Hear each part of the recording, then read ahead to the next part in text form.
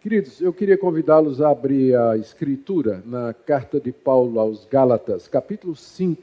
Nós vamos do verso 13 até o verso 26. A passagem é muito conhecida e está bem dentro do tema do nosso congresso. Gálatas, capítulo 5, do verso 13 até o verso 26. Vou só pegar meu celular aqui, que minhas anotações estão aqui. Obrigado. Ouçamos a leitura. Porque vós, irmãos, fostes chamados à liberdade.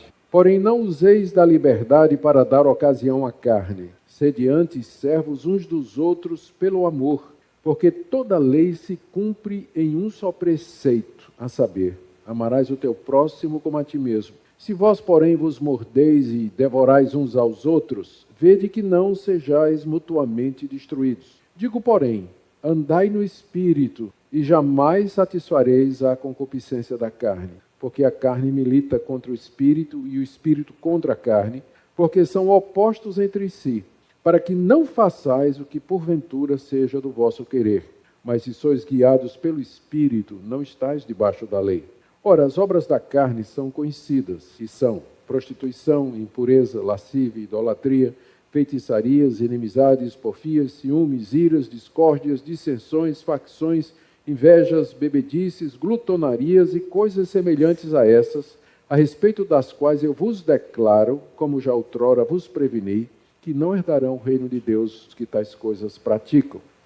Mas o fruto do Espírito é amor, alegria, paz, longanimidade, benignidade, bondade, fidelidade, mansidão, domínio próprio. Contra essas coisas não há lei.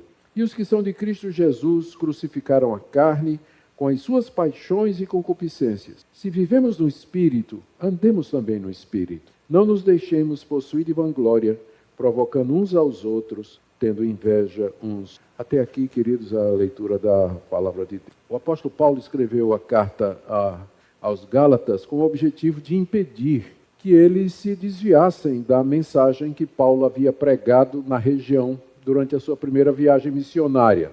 Paulo esteve na região pregando em Antioquia, Icônio, Listra, Derbe e Perge, que são cidades do sul da Galácia. E depois ele fez o caminho de volta para Antioquia, da Síria, de onde ele tinha saído. E algum tempo depois ele recebe informação de que aqueles irmãos que tinham se convertido naquelas cidades estavam sendo assediados por um grupo de falsos profetas que estavam ensinando a necessidade de se guardar a lei de Moisés para que se pudesse obter a salvação. Provavelmente eram judeus que haviam crido que Jesus era o Messias, mas entendiam que a lei de Moisés ainda estava em vigor e que era preciso que alguém que cresce no Messias de Israel guardasse aqueles distintivos do povo judaico, que era a circuncisão, a dieta.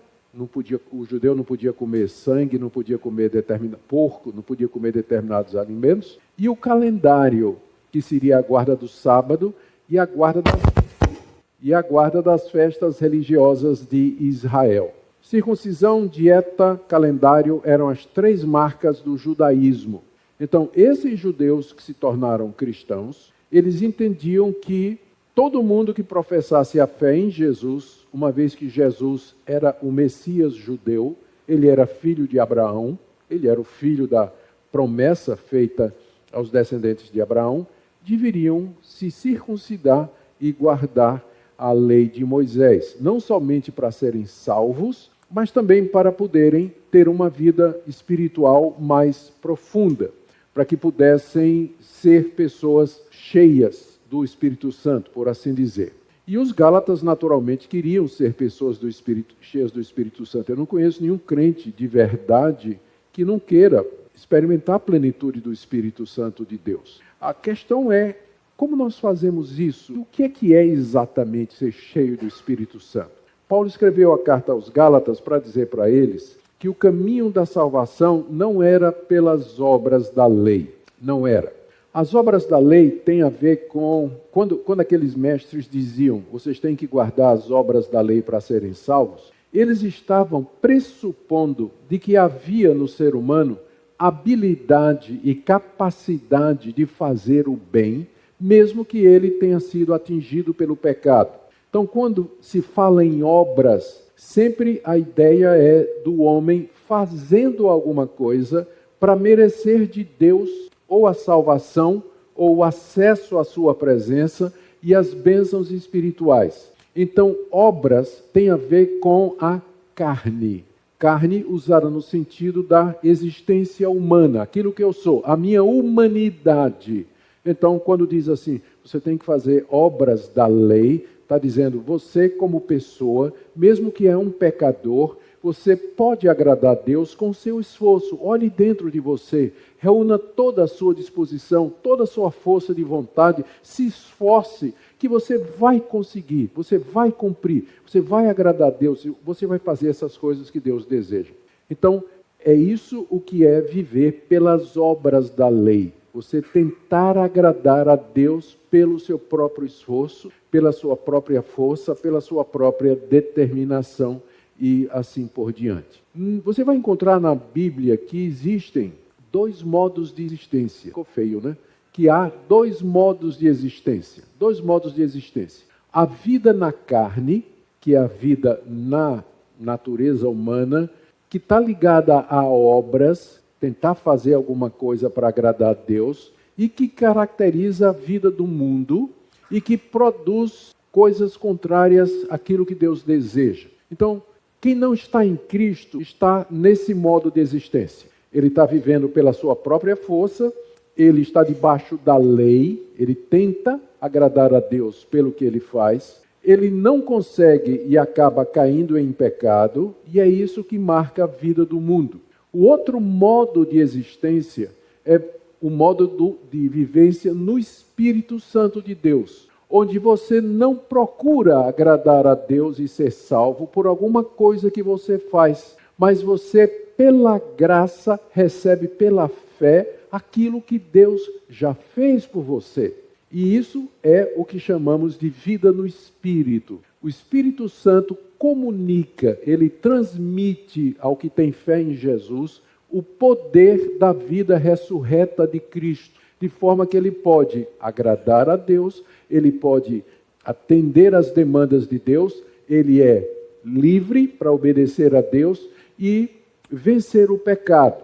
É isso que o apóstolo Paulo vai ensinar aos Gálatas aqui no texto que eu li para vocês. Os Gálatas estavam, depois de ter começado bem, Paulo diz assim, vocês são insensatos, vocês começaram pela graça e agora estão querendo se aperfeiçoar pela carne.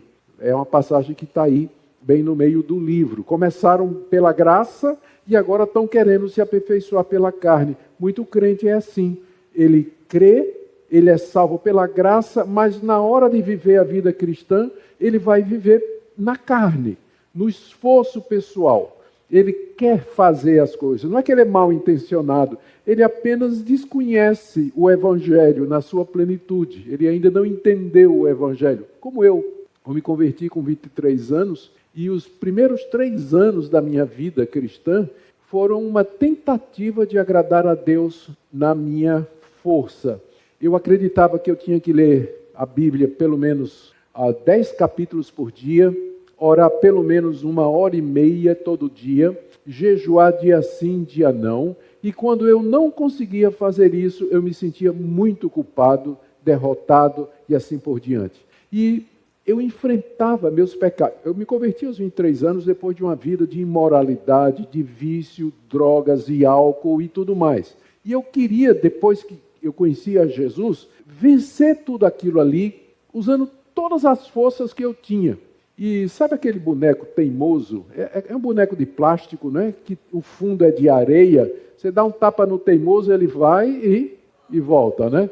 Então, era a velha natureza em mim. Eu dava um tapa, né? Conseguia vencer, ela caía, mas eu virava as costas, ela voltava, né? Era uma luta constante e geralmente perdida.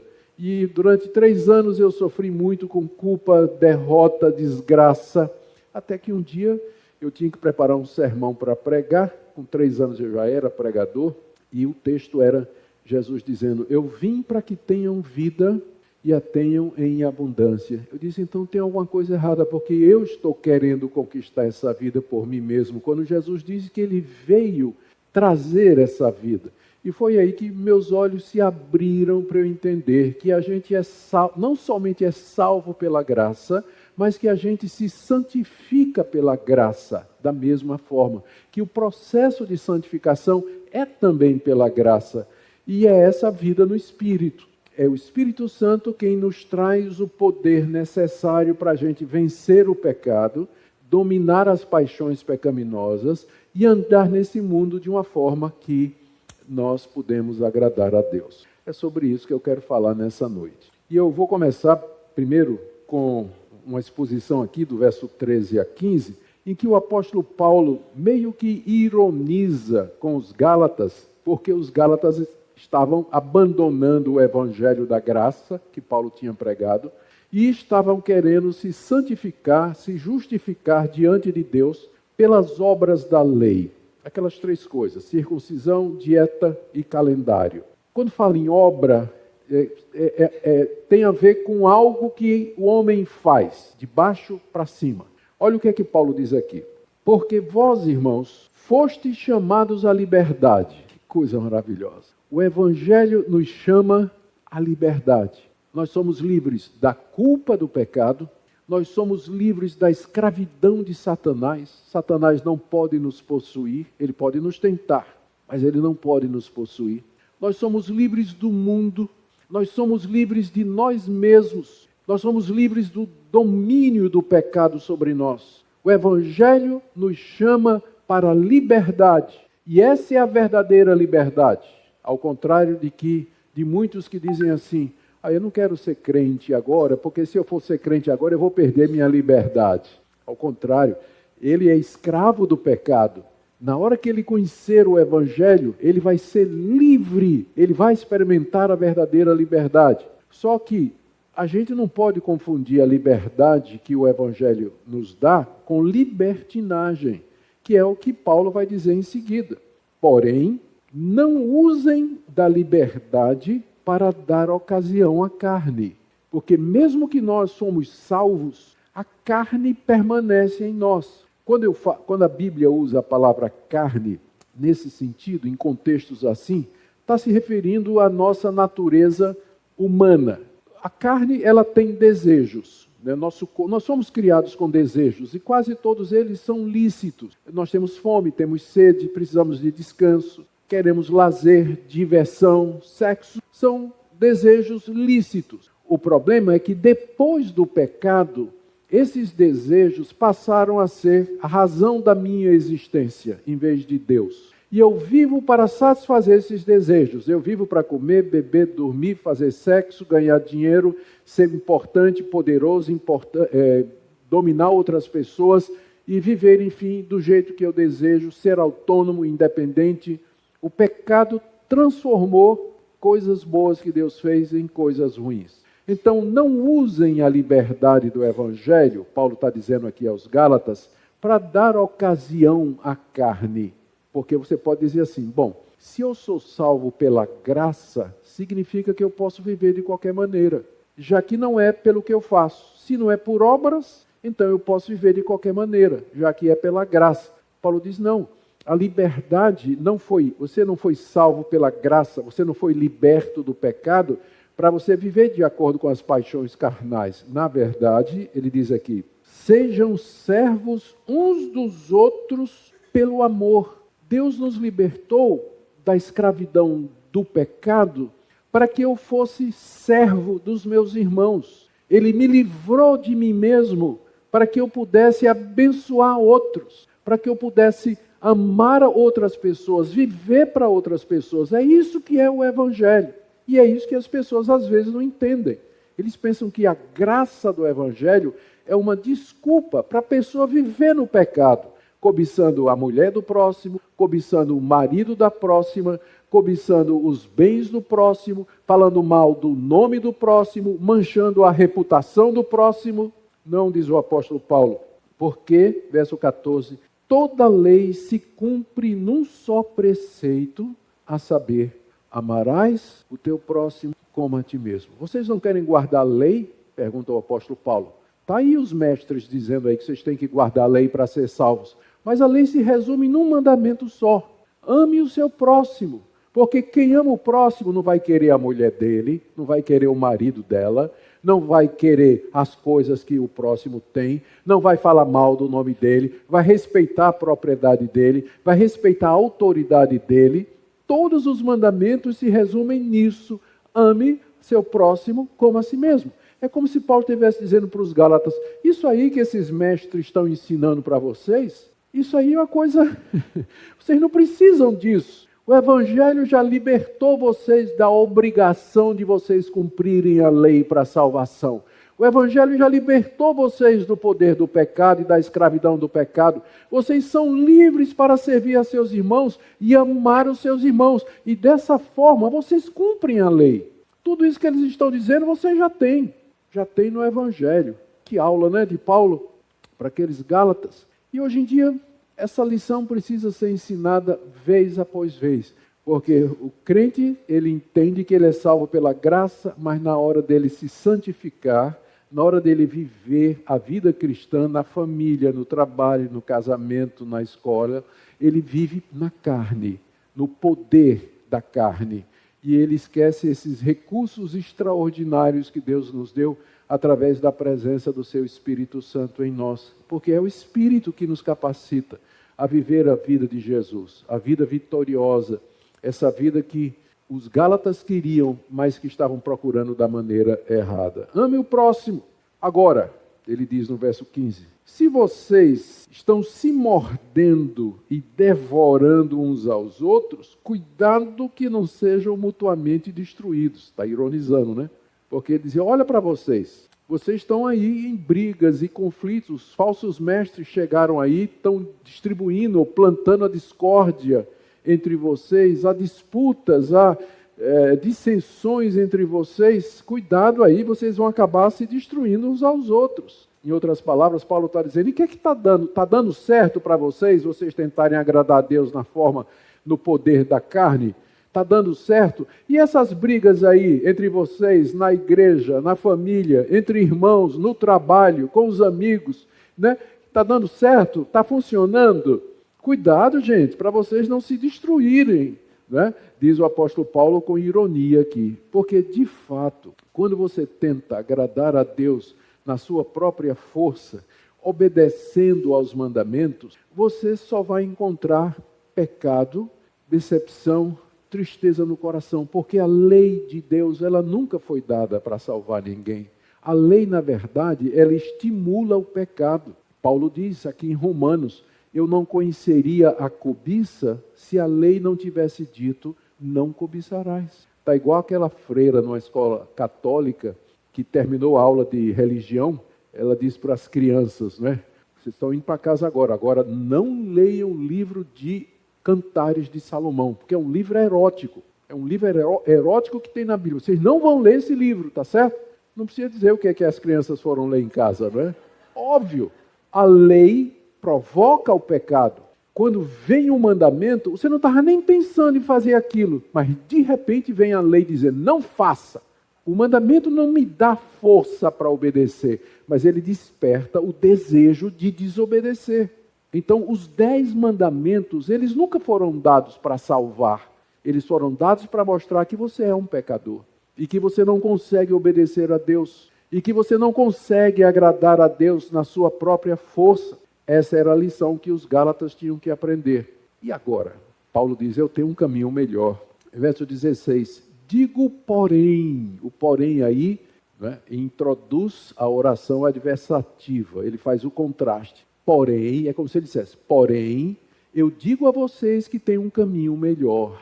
E que caminho é esse? Andai no Espírito e jamais satisfareis a concupiscência da carne. A palavra concupiscência quer dizer os maus desejos. Se vocês andarem no Espírito, Paulo está dizendo aos Gálatas, vocês jamais satisfarão os desejos carnais que habitam no coração de vocês. Gente, que promessa extraordinária. Já pensou? Quando eu olho para essa promessa aqui, eu vejo como o padrão cristão de vida é elevado. A gente está acostumado a viver um subpadrão cristão de ética, de moral e de comportamento. Ele está dizendo que se a gente andar no Espírito, jamais vai cumprir os desejos da carne. Você conhece esse tipo de vida? Eu de vez em quando ouço alguém, especialmente quando é no culto, aquele momento de confissão de pecado, ao irmãozinho ou a irmãzinha vai orar e diz assim: ó Deus, perdoa, porque eu peco todo momento, por pensamento, palavra, por obra. Espera aí, minha irmã, como assim você peca a todo instante por pensamento, palavra e obra? Tu não pode ser crente, não é? Está dizendo aqui, se andar no Espírito, jamais vai satisfazer a concupiscência da carne, e a irmã fica pecando pensamento, palavras e obras o tempo todo. Tem alguma coisa errada, não tem? Quando eu fui estudar na África do Sul, minha esposa e eu fizemos uma viagem saindo lá da cidade onde nós estávamos, o centro da África do Sul, para a cidade do Cabo, que é o extremo mais sul do continente africano. Cidade maravilhosa, a cidade do Cabo. Bem no extremo onde o continente termina. É muito bonito. E de lá a gente subiu pela costa do Oceano Índico e entrou para o centro da África e voltamos uma viagem de umas 2 ou 3 semanas, maravilhosa. A África do Sul é um país muito bonito, maravilhoso. E aí, quando nós chegamos, os amigos querendo saber, não é? Os colegas lá da universidade querendo saber como foi a viagem, se foi bom e tudo. E perguntou que a gente tinha ido de carro, né? E perguntaram se o carro tinha dado problemas. E eu respondi a verdade. Eu disse: olha, teve um pneu furado em 5.000 quilômetros. Mas o que é um pneu furado em 5.000 quilômetros? Agora, meu irmão, se o seu pneu fura a cada 50 metros, tem alguma coisa errada na sua vida. Com certeza. A vida do crente não pode ser marcada pelo pecado. Pecado é acidente. Se ele vive uma vida de pecado, marcada pelo pecado, ele está vivendo na carne, debaixo da lei, lutando com suas próprias forças, e ele não vence. Agora, se você anda no Espírito, Paulo diz aqui, você não vai cumprir o desejo da carne.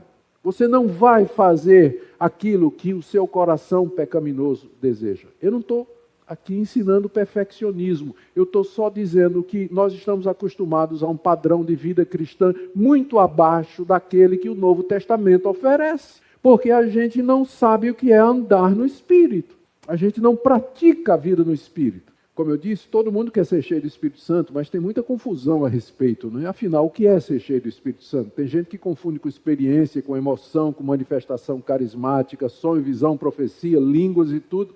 Paulo está falando de uma coisa, não está falando de nenhuma dessas coisas aqui. Ele está falando da vida diária, do dia a dia, do feijão com arroz, do crente, no chão da fábrica, lá no serviço dele, da doméstica, da dona de casa, do professor na sala de aula. Nós queremos ser cheios do Espírito Santo para isso. Não é só para quando a gente se reúne, não. Nós queremos viver o dia todo. E como é que a gente faz? Então nós já aprendemos que existem 2 modos de existência. Ou você está vivendo na carne, e portanto debaixo da lei, e portanto escravo do pecado, que é a vida do mundo, ou você aprende a viver Espírito. E aí você não vai mais cumprir a concupiscência ou os maus desejos da carne. Por que andar no Espírito é necessário? Para que eu não cumpra esses desejos da carne. Será que o pecado me aleijou de tal maneira que eu não tenho mais livre-arbítrio, que eu não tenho mais força de vontade para dizer não para o pecado e o bem para Deus e sim para as coisas de Deus? Olha a resposta de Paulo. Por que eu preciso do Espírito? Verso 17. Porque a carne luta contra o Espírito, e o Espírito luta contra a carne, porque são opostos entre si, para que você não faça o que seja do seu querer. Ou seja, o seu querer não é livre, ou ele é debaixo, ou ele está influenciado pela carne, ou ele está influenciado pelo Espírito. Depois da queda, como disse Martinho Lutero, o homem é uma besta, ou montado pelo diabo, ou montado por Deus. Mas não tem meio termo, não. Não há neutralidade. Ou você é guiado pelo Espírito, ou você é guiado pela carne. Você não faz o que você quer. Lembra lá de Paulo falando em Romanos capítulo 7? Eu sei o que é o bem. Eu quero fazer o bem, mas eu não posso. Eu não consigo. O mal que não quero, esse eu faço. A sua vontade não é mais livre. Dentro de você, você tem, segundo Paulo diz aqui, o que ele chama de carne, a nossa natureza humana tingida, manchada pelo pecado, que só entende o caminho de fazer alguma coisa para receber em troca obras. E, por outro, Deus nos deu o Espírito Santo. Deus, quando Ele mandou o Espírito Santo para os nossos corações, Ele não tirou a carne e só deixou o Espírito Santo. Ele mandou o Espírito Santo ao lado da carne. Então, dentro de você, esses dois poderes estão atuando. E eles estão em guerra. Paulo escolheu essa palavra cuidadosamente. A carne milita. Essa é uma palavra tirada da linguagem militar. Militar significa fazer guerra. A carne é como um guerreiro, um soldado armado dentro de você que quer tomar domínio da sua vida. Ele quer tomar o domínio completo. E a carne vai usar o instrumento, a arma que você der. Aquilo que você vê no celular, aquela série que você está assistindo, aquela mulher que você fica olhando na rua passando, aquele homem que você fica cobiçando. A carne pega essas armas e ela luta para tomar domínio na sua vida. É um soldado em guerra. A carne milita, faz guerra contra o Espírito Santo. Porque aqui não tem possibilidade de acordo. São dois princípios opostos. A carne não está sujeita à lei de Deus e nem na verdade pode estar. Por isso, Paulo diz em Romanos 8, os que estão na carne não podem agradar a Deus. Não podem agradar a Deus. Há esse conflito aqui. São opostos entre si, para que não façais o que porventura seja do vosso querer. Mas o fato de que existe um conflito não quer dizer que existe uma derrota. O conflito existe e ele vai existir até o dia que Jesus voltar. Até o dia em que nossos corpos forem transformados e nós ganharmos corpos imortais, incorruptíveis, eternos, onde o pecado não mais habita. Até lá, nós enfrentaremos essa luta até o último segundo da nossa existência aqui nesse mundo. A carne dentro de nós, lutando para ter controle da nossa vida, para que nós obedeçamos às suas paixões e os seus desejos. Mas, olha a esperança que Paulo nos dá aí no verso 18. Se sois guiados pelo Espírito, não estáis sob a lei. Aqui ele está, mais uma vez, colocando o contraste desses dois princípios. Viver debaixo da lei é viver tentando agradar a Deus pela sua própria força. Você não vai conseguir, você vai fracassar. Você vai se sentir desesperado, culpado, vai pensar em abandonar o Evangelho, você vai dizer que não funciona e que não é verdade. Eu sei de pessoas assim, que disseram, não funciona. Eu tentei, eu aceitei Jesus, tentei viver uma vida santa, mas simplesmente não consegui. Não funciona. Pode funcionar com outros, mas não funciona comigo. Querido, você nunca entendeu o Evangelho. Você tentou viver o Evangelho na sua própria força, na força do seu braço, da sua carne. O resultado é que você se coloca debaixo da lei. Na hora que você quer agradar a Deus para ser salvo, fazendo alguma coisa, Deus diz, você quer? Então vamos lá. Não terás outros deuses diante de mim. Quem é que ocupa seu pensamento a maior parte do dia? Sou eu? Ou é o namorado, a namorada, a moto, o carro, o trabalho, o emprego, o amigo, o hobby? Quem é que ocupa a maior parte do tempo da tua vida? Então já quebrou o primeiro mandamento, não terás outros deuses diante de mim. Não farás para ti imagem de escultura.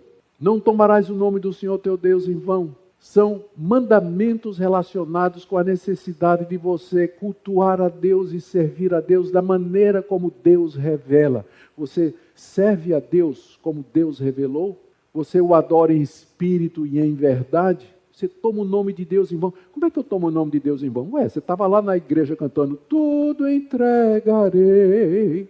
E não entrega um conto para ajudar em missões. Está tomando o nome de Deus em vão, ou não? Honra teu pai e tua mãe. Não vou nem entrar em detalhes. Não mentirás, não furtarás, não dirás falso testemunho, não adulterarás, não cobiçarás coisa alguma do teu próximo. A lei, você quer servir a Deus na carne? Você nunca vai conseguir. Você nunca vai conseguir. Quando eu era evangelista aqui no interior de Pernambuco, cidade de Gamileira, eu evangelizei a cidade ali. Às vezes as pessoas pensam que eu sempre fui teólogo de gabinete, né?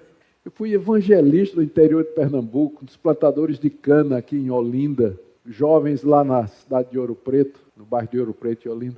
E lá em Gamileira, eu entrava ia de casa em casa distribuindo folheto, pastor. Era muito católica a cidade, né? Aí de vez em quando uma pessoa me chamava para entrar, para eu compartilhar um pouco mais do evangelho, e eu começava a falar dizendo, olha, você é pecador, você precisa do evangelho de Cristo. A pessoa dizia, pastor, eu sei que sou pecador, mas o senhor precisa ver meu vizinho. Meu vizinho é muito pior do que eu, bate na mulher, chega bêbado em casa, né? Eu sou pecador, mas ele é muito pior. Eu dizia, tá bom, o senhor tem uma Bíblia aí católica? Porque se eu dissesse minha Bíblia, ele dizia, não, mas sua Bíblia é Bíblia protestante. Eu dizia, me dê sua Bíblia é católica, que é igualzinha, né? Me dá sua Bíblia aí. Vamos ler os 10 mandamentos aqui e vamos ler como Jesus ensinou. Não adulterarás, quer dizer, quem olhar para uma mulher com intenção impura, o coração já adulterou com ela. Não matarás, quer dizer, se você chegar para o seu irmão e disser tolo, você já quebrou esse mandamento. Então vamos ler assim. Chegar no 5º mandamento, ele já estava quieto. Já não. É verdade, quebrei tudo. É por isso que o senhor precisa de Cristo. Se você vive na carne, você está debaixo da lei e na obrigação de cumprir toda a lei e não vai receber ajuda, porque a lei não ajuda ninguém. A lei não ajuda ninguém. Mas, se sois guiados pelo Espírito, estou no verso 18, se vocês são guiados pelo Espírito, vocês não estão debaixo da lei. Quer dizer, vocês não têm a obrigação de cumprir os requerimentos da lei na sua própria. É essa a liberdade do Evangelho. E é para isso que o Espírito Santo nos foi dado. Para que não fique dúvida do que é que Paulo está falando aqui, do verso 19 até o verso 23, ele faz uma comparação de como é a vida de quem anda na carne e de quem anda no Espírito. Ele começa falando de quem anda no Espírito, na carne. Quem tenta viver na força do seu braço, da sua vontade, da sua determinação, para merecer alguma coisa de Deus, olha o que é que vai brotar da vida dele. Verso 19 em diante. Ora, as obras da carne são conhecidas. As obras da carne. O que é que a carne produz? Tá, você quer produzir alguma coisa por você mesmo. Quais são as obras da carne? O que é que ela produz? Prostituição, impureza, lascívia, idolatria, feitiçarias, inimizades, porfias, ciúmes, iras, discórdias, dissensões, facções, invejas, bebedices, glutonarias. Para pastor, é muito já, nada? E coisas semelhantes a essas, tem muito mais, a respeito das quais eu vos declaro, como já outrora vos preveni, que não herdarão o reino de Deus os que tais coisas praticam. Quando uma pessoa está vivendo na carne, tentando agradar a Deus, isso pode ser um crente, que se declara crente, e ele está tentando agradar a Deus pela sua própria força, mesmo que ele tenha uma capa de piedade, ele parece religioso, mas o que vai aparecer na vida dele são essas coisas aqui. Porque é isso que a carne produz. Ela não produz nada bom, nada. São obras da carne, coisas que ela produz. São cerca de 15 que nós podemos dividir em 3 ou 4 categorias para a gente entender. Primeiro, as obras da carne têm a ver com a sexualidade. Os 3 primeiros têm a ver com sexo. Prostituição, impureza, que é a palavra grega porneia, de onde vem pornografia. Lascívia, que é o desejo erótico, o desejo sensual indevido. Então, os 3 primeiros já são na área da sexualidade. Na verdade, o Novo Testamento tem uma série de listas de pecado. E quase todas elas começam com pecados na área sexual. E a gente compreende isso, porque a sexualidade tem a ver com o que somos, nos define. Deus criou macho e fêmea, e juntou os dois. E são os dois uma só carne. Protegeu aquela união. E aquilo que Deus ajuntou, o homem não separe. Então, é natural que o pecado ele venha primeiro nessa área, produzindo prostituição, sexo fora do casamento e por dinheiro, porneia, toda forma de impureza sexual, fornicação, que é o casamento de a relação sexual de pessoas não casadas, fornicação, adultério, que é relação sexual fora do casamento, e uma série de outras coisas, né? Mas vai por aí. Então, primeira categoria, essa daqui. Depois, na área de relacionamento, olha o que é que a carne faz na área de relacionamentos. Ele diz aí, antes disso, pecados ou problemas na área de religião. Depois de falar prostituição, impureza, lascívia, veja o verso 20. Idolatria e feitiçaria. O que espero, de uma vez por todas, ajuda a gente a se livrar daquela ideia de que os índios que estão lá no meio do mato nunca ouviram falar de Deus, mas que adoram o sol, a lua, a pedra, o pau, os animais, e que praticam artes mágicas, consultam os espíritos. Eles fazem isso porque são sinceros e inocentes. Paulo está dizendo que é obra da carne.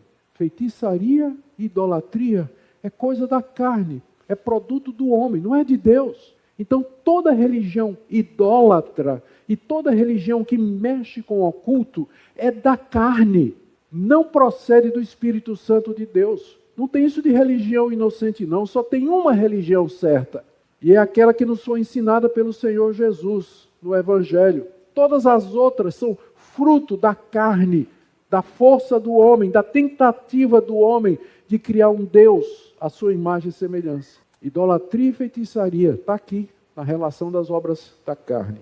Aí vem relacionamentos, inimizades, porfias, ciúmes, iras, discórdia, dissensões, facções e invejas. Tudo tem a ver com a área de relacionamento. Briga. Se você vive na carne, quer agradar a Deus pelo seu próprio esforço, vai ter briga, porque vai ter concorrência. Eu sou mais santo que tu, oro mais do que tu, jejuo mais do que tu, eu li mais John MacArthur do que tu, assisto mais vídeo do pastor Augusto Nicodemo do que tu. Carne, comparação, não é isso? Aí, as comparações, a gente se mede, quer ser melhor do que o outro, e aí dá briga, briga pelo poder, briga por espaço dentro da igreja. Isso é obra da carne, obra da carne.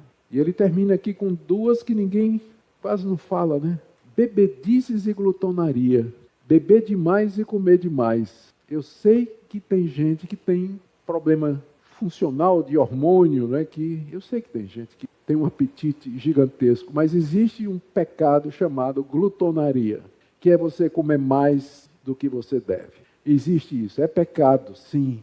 E eu sei que Paulo deve estar pensando naquelas orgias que havia na época do Império Romano, quando as pessoas se empanturravam de comida. Tem até a história de dois que estavam lá, comeram, que chega, estava assim, um em cima do outro, assim, né, vomitando já. Um virou para o outro e diz assim: rapaz, ainda estou com fome. Né? A outra disse assim, mete o dedo na garganta e vomita. Aí o outro disse: tu acha que se coubesse o dedo, ele não já tinha botado na coxinha? Se coubesse o dedo, tinha botado na coxinha, né? Pois é, tem gente assim. Pois é, obra da carne. Não faz mal a gente comer uma comida gostosa, boa, mas com moderação. A Bíblia em si, né, isso aqui eu vou dar minha opinião, vocês vão seguir o que o pastor de vocês ensina. Na minha avaliação, a Bíblia não proíbe o vinho, por exemplo, mas proíbe que você beba demais, e que beba com escândalo, e que beba para trazer prejuízo para o Evangelho. Isso a Bíblia proíbe. Então, é a bebedeira, junto com a glitonaria, proibido também, é obra da carne. E ele diz aqui, e coisas semelhantes a estas, a respeito das quais, presta atenção aqui, eu declaro, como já outrora vos preveni, quando Paulo esteve lá a primeira vez, Paulo já tinha falado sobre isso, não herdarão o reino de Deus que tais coisas praticam. Herdar o reino de Deus é a mesma coisa de ir para o céu. Não vai entrar no céu quem pratica essas coisas. E a palavra praticar foi escolhida de propósito, porque pode acontecer que um crente verdadeiro que aprendeu a andar no Espírito, por falta de vigilância, por falta de cuidado, de repente ele deu uma olhada ou teve um desejo impuro por uma pessoa que não é o marido nem a esposa dele ou dela. Pode acontecer. Deixou de ser crente? Não. Vai para o inferno?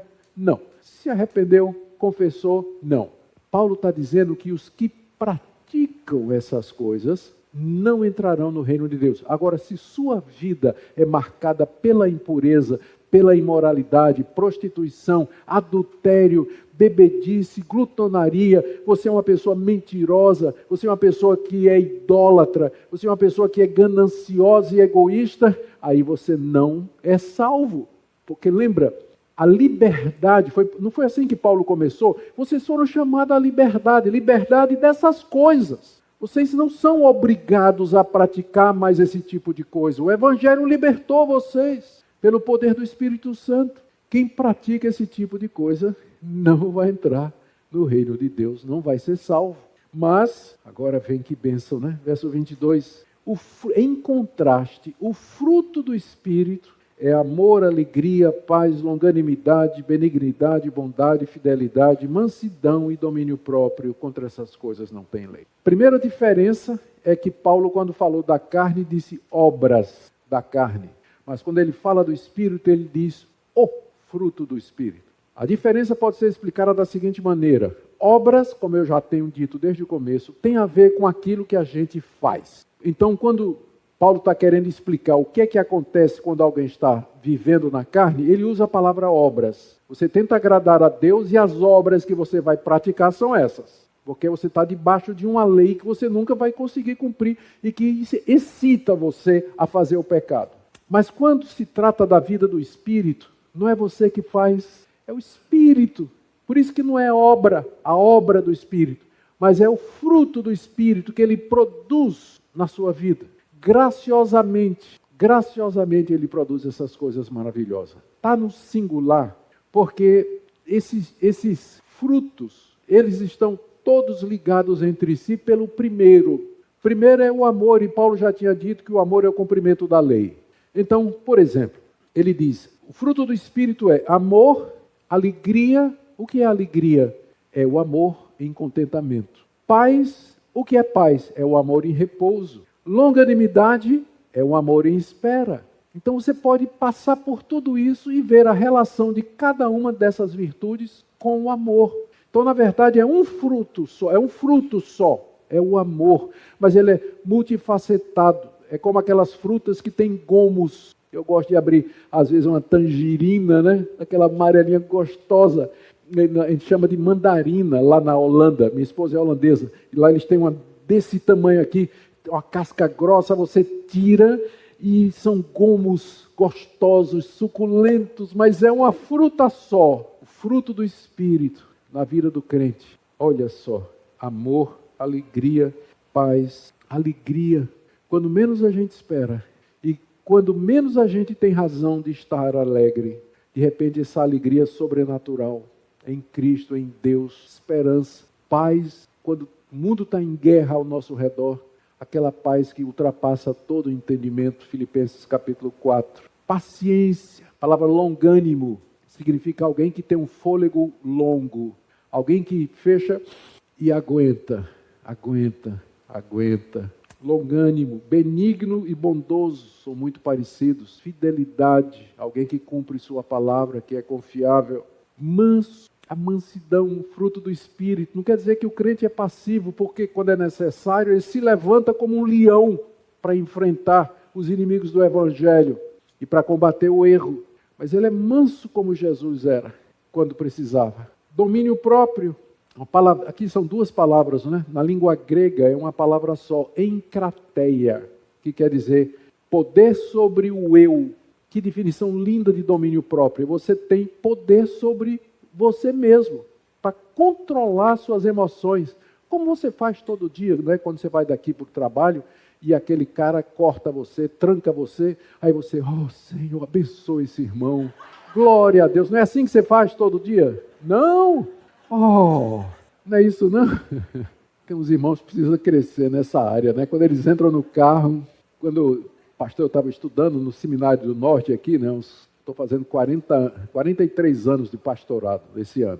Então faz 45 anos que eu comecei a estudar teologia e a gente tinha a hora a gente chamava de baba, né? Que era o futebol. Terminava as aulas e no final da tarde o pessoal ia para a quadra para bater aquela pelada, né? Aquele jogo, era uma delícia. E era interessante você ver aqueles irmãos, os seminários santarrão, né? Na sala de aula, né? Sabia mais do que todo mundo, santo mesmo e tudo mais, entrava no campo, aí começava, né? Xingamento, pancada, tapa, murro, briga, né? Então o cara se transformava no campo de futebol. Como tem gente que se transforma no trânsito também, não é?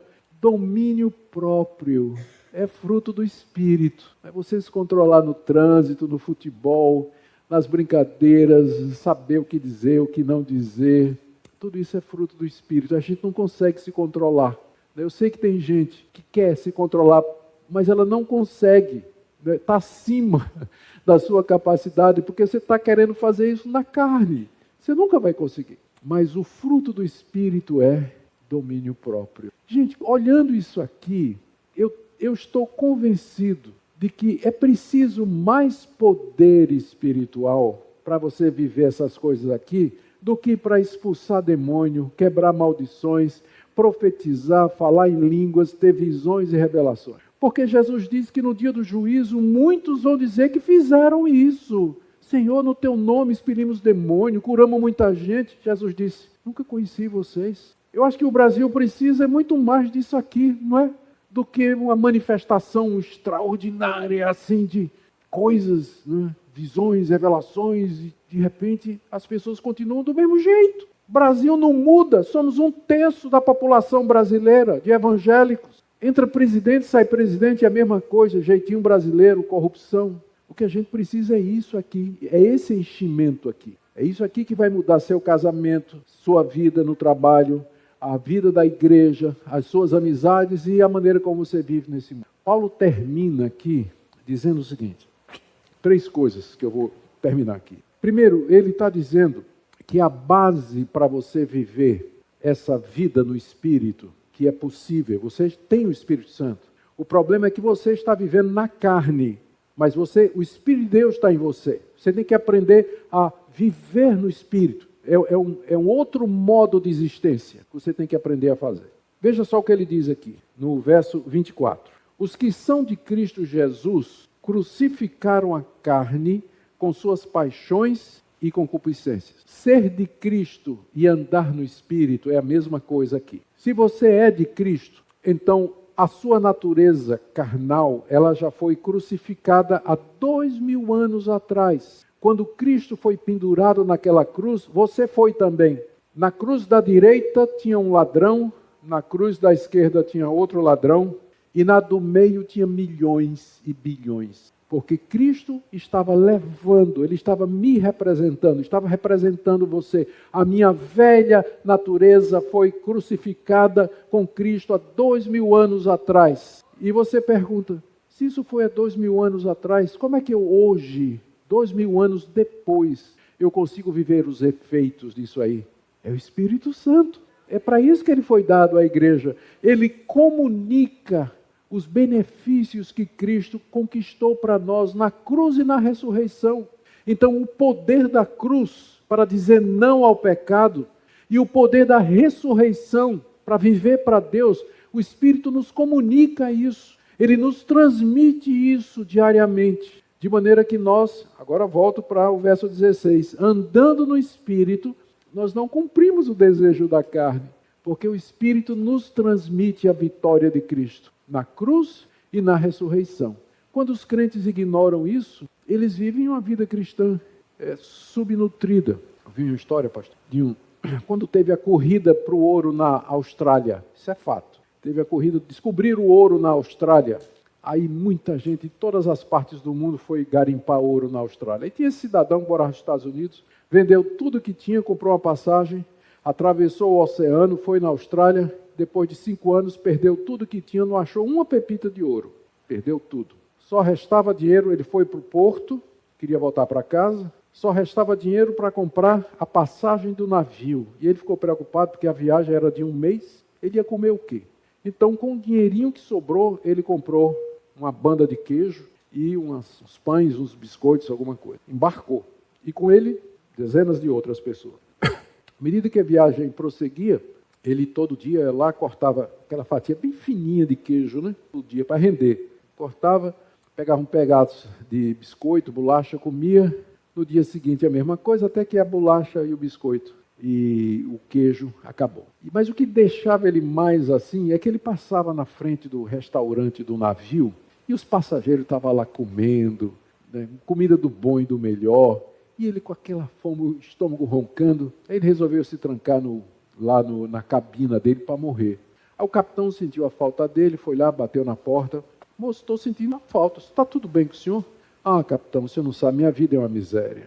Olha, eu gastei tudo que tinha, dei toda a minha vida, todo o meu esforço, nunca consegui nada. E agora, voltando para casa, nem comida mais eu tenho, acabou minha bolacha, meu biscoito. Capitão, deu uma risada e disse, o senhor não sabia que as refeições estavam incluídas no preço da passagem? Tem muito crente assim.